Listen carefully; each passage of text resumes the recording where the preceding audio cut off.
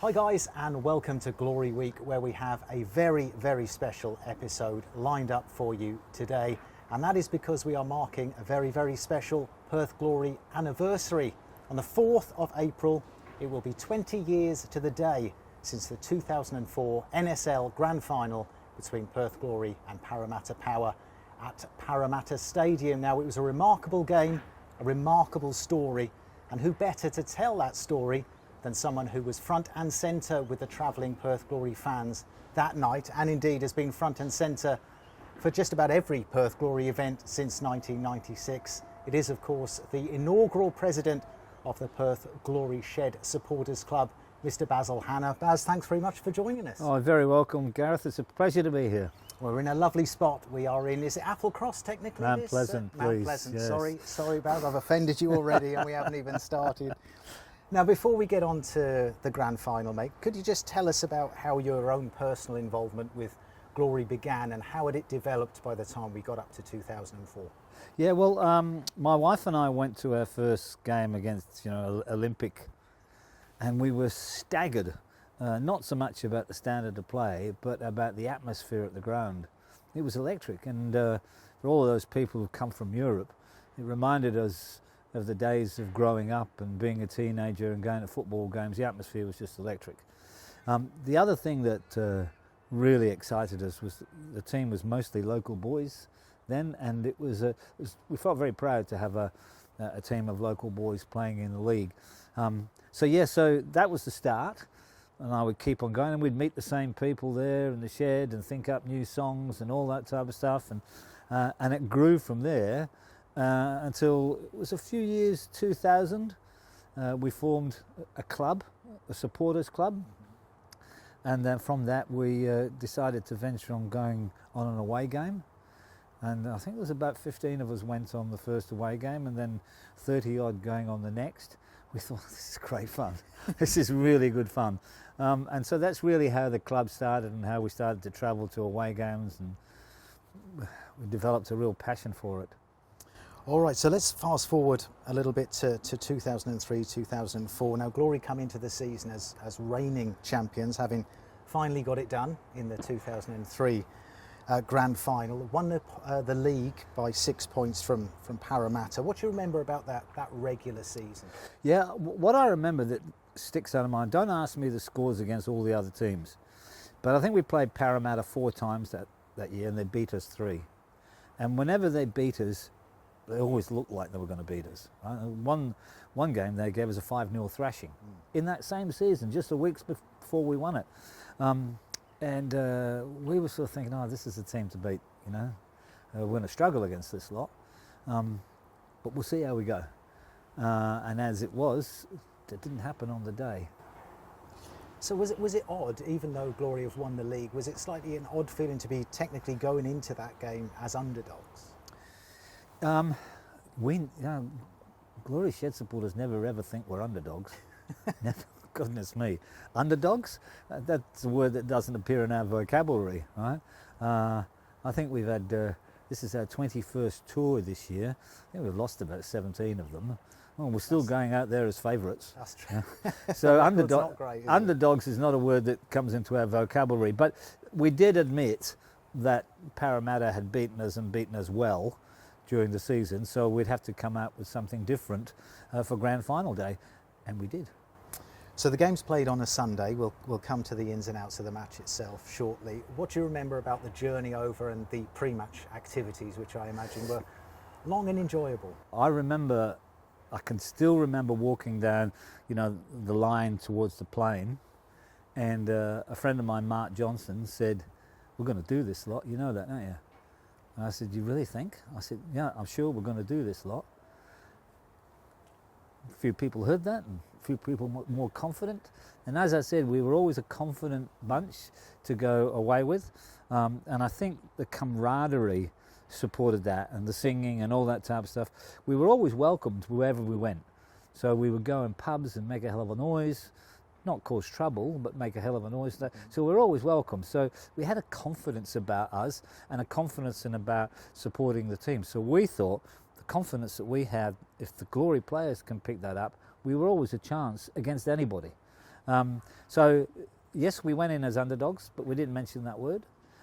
We just mentioned what we thought we might have to do to win the game. And the constant theme was, I hope it rains. Right. What, to sort of level the playing field? Yeah, or what was that? yeah. We thought that just on a playing football spectre, they'd kick our ass, right? As they had done 3 times out of 4. So we thought the weather forecast was pretty gloomy, as it always is in Sydney. It always rains over there. So we thought if it rains, right, it evens the playing field. You know what happened? So the Saturday night, that was a big night? I can't remember it. Good, right. Must have been a big one in Yeah. that case. So you wake up Sunday morning and it sounds as if your prayers have been answered because Yeah, it's pouring. there is rain falling. Yeah, there is. It's pouring. And we had a very jolly breakfast. And, you know, those days always start off really early, Gareth, right? You know, if the kick-off's at 3 o'clock, we need to be a pub nearby at 9 o'clock. Right. You know, it's always an early kick-off for us. So we'd arranged to have a breakfast at a pub and then slowly or quickly get into it. And the face painting started and the singing started. And by the time we were ready for the march to the ground, which is still an hour before, we're in fine fettle. And there's not one of us doesn't think we're going to win. And the rain's still pouring at the this rain. stage. Well, I'll tell you something, right? I'll always remember this as long as I live.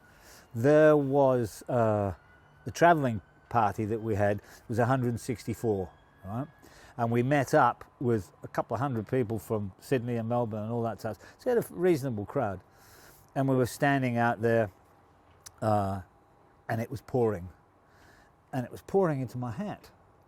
And my hat was going down and down and down. So every 10 minutes I had to lift my hat up out of the water and put it back on my head. And I had paid for a lot of the guys because they didn't have the money at hand. And so when we got to the pub, they'd all given me checks. We had checks in those days. Right, yeah. That's So they'd all given me checks. And I put the checks in my top pocket here, right? And we went to the game and got absolutely, I've never been so soaked in all my life, but I loved it because it stopped them from playing football, right? And the game was a drudgery, really. There wasn't a lot of great football action, but you know that. We got to full time. Thought, oh, you beauty, this is good, I like this. And then it got to extra time, and then something incredible happened. Something incredible, right? In the second period of extra time, the ball came to Damien Murray. He's 6 yards out, with only the goalkeeper to beat. And what does he do? He doesn't put it in the back of the net, he skies it straight over the top of the bar. And we're thinking, oh no. Did you think that was it? Did you think the moment had Yes, gone? yes. And as confident as we were, a lot of us thought, that's the chance we wanted, that's the chance we were waiting for. We thought, give us one chance and we'll take it. We thought we haven't taken that stand. We expected them to go straight down. Well, they actually did go straight down. And I remember Scotty Miller pulling off a brilliant tackle to stop them. But they went straight down the other end. And then we got a second chance. But here's the funny bit. We get the second chance and the ball comes across. Murray takes a swing at it, completely misses the bloody thing. And then, who was it? Nicky Merger bangs it into the back of the net. As a fan, no one's had any experience really of golden goal. Like No, it's no. a completely new concept. So how do you process Well, something like that was the strange thing. Half the fans knew it. Right. Half the fans just thought, oh, we're going to play on, you know. So when we scored, right, everybody's cheering and then half of them are getting really anxious because come on, we still got 7 minutes to play, and we're going, what are you talking about? It's over. It's over. And then we're thinking, hang on, have we mucked up? If it's something we've forgotten. Yeah. I'd say the atmosphere that day was the greatest atmosphere I've ever had at a football game, even better than the year before. I mean, the year before when we won, we were crying too much to really enjoy it. You know, it's just the overwhelming emotion that had come out after the 2 losses at home, and then to finally win it, it was, you know, more. But this year, and against a really good football team, right, that had beaten us 3 times, and here we've beaten them on their patch. It's always great to win away, in such a style, right? And I've played that goal over and over. I even had a word with Damien, right? You know, that I knew he missed it on purpose. Of course. Of course. And I guess as well, when you've got a group of supporters like you had there, really dedicated travelling supporters coming together, I suppose, and like you said, away from home on opposition territory, probably even meant a little bit more. Oh, absolutely. You know, we always say that one win away is worth 10 wins at home.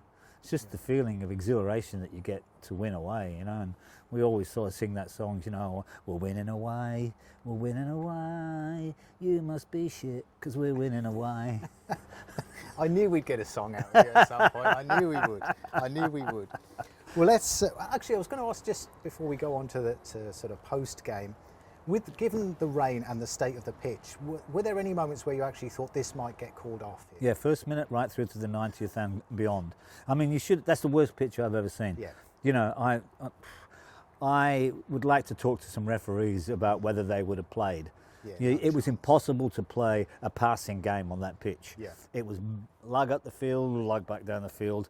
The tackles were pretty harsh. I think the referee did a good job, because there was some pretty heavy tackles going in that day, and the weather didn't help. And he didn't send people off. I can't remember if he booked people, how many he booked, but it was certainly a tough game, and it wasn't a pretty spectacle, you know. And that was the weather's fault, but we loved it. Do you think there's any truth in the suggestion that Football Australia, because NSL was finishing up, they simply wanted the game to be played, they just had to be played regardless on that Sunday? Now, you don't want me to say anything derogatory about No, Football Australia, do you? Well, they've always helped us and loved us and not. Now, look, I've got nothing bad to say about that day. It was one of the best footballing days of my life, you know, and the fact that we won was amazing. Right, well, I've brought a prop with me. I've come prepared today, so I'll put the coffee down, and I've got a little picture that I wouldn't mind you just taking a look at, Bas, if you don't mind. Yeah. Just show that to Jack there, who maybe might be able to zoom in on that fella. Now, just talk us through this one here, because you and Jamie Harnwell have always had, I think it's fair to say, a special relationship. Bas, would that be fair? Well, that picture, when he came up to me and he whispered in my ear, "Don't tell my wife that we're doing this," you know, and I've held it to this day, and I've not said a word. It's an exclusive, right? It's an exclusive, yeah. So, look, there was tears there, you know.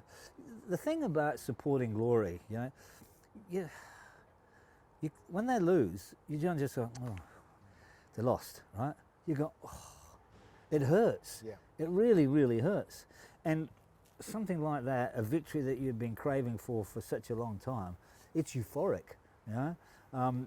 Jamie felt it. He was one of the Glory players that played with the most passion. But you know, all that early squad of Navan and Jamie and Scotty Miller and all those sorts of guys, they left their shirt on the ground, right? And they played their hearts out. And that's why we loved them so much, because we could see they were playing their hearts out. But do not forget that all those Glory supporters that would travel off to the away games and stuff like that, they left their hearts on the field with the players. Yeah. You know, they screamed and shouted and yelled and cried and laughed with as much passion as anybody out there. You can see how wet your hat is as well. Oh, you can, can't you? The few less badges on. Yes, I've noticed Yes. that, because presumably this is the same. The same hat, yeah, very same hat. same Yeah, hat. yeah. It's getting hard to put them on now. It's really heavy. Yeah, it's really heavy. Yeah, that you know, when we were in the storeroom there, I have got a life-size photo of that. Stands up about that high. Brilliant. But that was a great day. So you said, finally, Bas, before I let you go, you said you couldn't remember the Saturday night. Ah, Do you remember much about the Sunday night celebrations? no. No. Just a quiet night in. Yeah, I think we all had a quiet night. We had a couple of beers, went to bed, you know, that I sort of can thing. imagine. I Yeah, can just imagine. it wasn't yeah. much celebrating. No, 100%. And the trip home? Yeah, it's funny. I don't remember that. When you got back? We got You back did safe get and back. sound. Yeah, you know what? One of the great things about travelling with Glory supporters is that yes, okay, we get stuck into it, especially if we've won, but everybody looks after everybody. You know, and if someone gets over the top intoxicated, you can guarantee there'll be a couple of people go to the side and look after that person. So you're pretty safe. And just finally, mate, you can do a little plug if you like. We do have a tour of duty coming up, don't we? In a few weeks. In 3 weeks' time. 3 weeks' time. Give us the details. Yeah, 3 weeks' time. 12th of April we leave to the 16th of April. We're off to Melbourne City to give them a proper spanking. And Melbourne's my favourite city to go to. Is it? Yeah, I do. I like it because it's a friendly city. There's lots to do, great places to eat, and we've been there that many times. We know lots of haunts to play, and we've got a few more virgins coming along this year. Or if I explain, virgins are supporters that haven't been on tour before, and they have to go through a series of tasks to get over that. And the final one, mate, will you be singing your song on the trip? Oh yes, but I only sing it once. Right. I only sing it once because it's a bit overdone, you know. Is that because your larynx can't cope with doing multiple versions? No, you give it some, don't you? No, because I can't remember the words. No, so I sing it once, or we always sing it just before we head on the walk to the ground. In the past, we used to sing it before the night, on the Friday night and the Saturday, and walk into the ground. So it got overdone a little bit. So now we just sing it the once before we go to the ground. Definitely. It's great fun, you know. And I should say to any Glory supporter out there, or any supporter who's half interested in football, and wants to come to a trip that's different, but it's very safe and it's very friendly, and your sides will be sore from laughing when you come back. Then come on the tour. If you don't want to come this year because it's a bit close now, next year will be the 25th anniversary of the Glory Shed Supporters Club, and that will be a big tour, so come along. We welcome you all. There you go, some advance notice for that one. Bas, it's been an absolute pleasure, mate. Thank you, Gareth. I thoroughly enjoyed this trip down memory lane, and we will catch you again shortly for another episode of Glory Week.